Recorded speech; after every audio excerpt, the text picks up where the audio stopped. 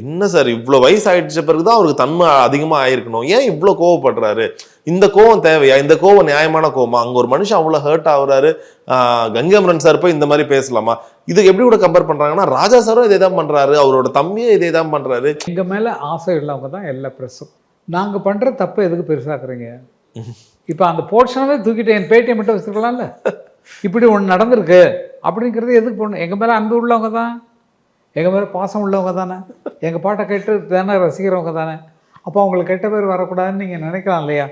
அதுக்குள்ளே பட்ட பாட்டை நான் சொல்கிறேன், அது புரிஞ்சால் ஓகே. எனக்கு நின்றுட்டு எந்த பேச்சை கவனிக்காமல் போஸ்ட் கொடுத்துட்டு இருந்தாங்கன்னா நமக்கு வந்து பக்கத்தில் தெரியுது நமக்கு அப்படிங்கிறது இப்படிங்கிறாரு. அதை பார்த்துட்டு அதான் முன்னாள் கூட்டு நிற்க. அப்போது எங்களுடைய தவறுகளே நீங்கள் செய்கிறவங்க. சிவகுமார் சார் ஒரு ஃபோனை பிடிச்சி தள்ளினாரு, ஏன் இருக்கா? அதை அடிக்கடி எதுக்கு போடுறீங்க? நீங்கள் வந்து கலை உலகத்தை காப்பாற்றுங்க சார். அவங்களுக்கு கோபம் வராமல் இருக்காது. அதுக்கு முன்னாடி என்னென்ன அவசப்பட்டாங்களோ தெரியாது நமக்கு.